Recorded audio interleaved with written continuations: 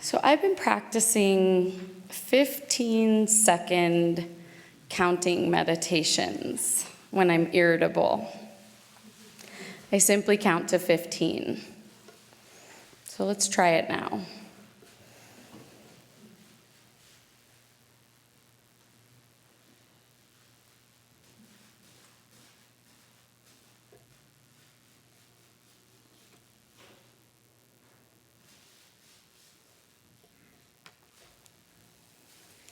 That's all. It does seem to help. And I really can't access more than that when I'm irritable. In my visiting steward conversation with Paul Senecal, from whom I got permission to tell this story, I started by lighting an illegal chalice in Durango Joe's. And I was like, Paul, I don't know a lot about you, other than that you were raised in New York City. And he said, well, you're always moving fast. It's unapproachable. This was so impactful for me. You know, what we tell ourselves about being busy, that I'm helpful, that I'm useful, important even. I would never want to be perceived as unapproachable. And that same Sunday after I had met with Paul, I was rushing from Bowman Hall to the sanctuary as a congregant walked into the hall. We know each other well. We used to be in the same covenant group.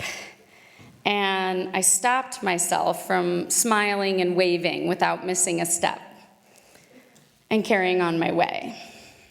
I said, hi, how are you? Oh, I've really been struggling with something, this person said. And I stayed for a moment, listened, chatted, and we even made a little joke before parting ways. Probably took 30 or 45 seconds, right? My husband and I were sitting on the couch watching TV one night, dual phones, right? Both on our phones. And he said something, and before I was like, oh yeah, yeah, it's great. I heard the message, what would his mistress do? And I set my phone down. I promise I'm not gonna go there. I set my phone down. I reoriented my body to face him. I looked him in the eyes, and I listened like I had no idea what he was gonna say. And I've continued to use this tactic occasionally, only with my husband. And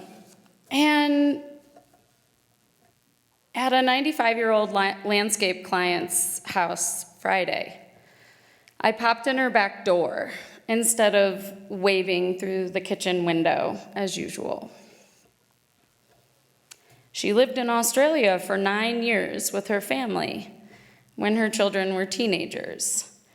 And then her and her husband sailed back to the United States together when they left. Her granddaughter, who is my son's age, is in the Peace Corps in the Dominican Republic right now. And I thought, I hope someone does this for me when I'm 95, living alone. I hope someone says hello to me and asks how I'm doing. And then, of course, it was a gift to me. And for my mental health journey, I have lists of things that calm me and quiet me, that still me. I made these lists with my therapist when I was struggling, like water. I don't even have to get in it. I can just sit near it. Painting my nails, which I didn't do for you today.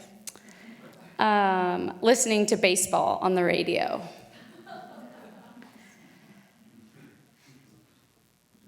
And you might be aware of these things for yourself too. And I wonder if this going slow brings me closer to the divine. For the remaining portion of the sermon today, we will be in dyads, like pairs of conversations. We have just one question. Only one person will share until I guide you to switch to the second person. This will be simple, I promise.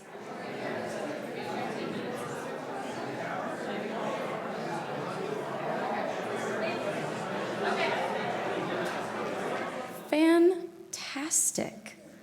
What a great congregation. Okay. So the one question is simply, where were you raised? And tell me something about that.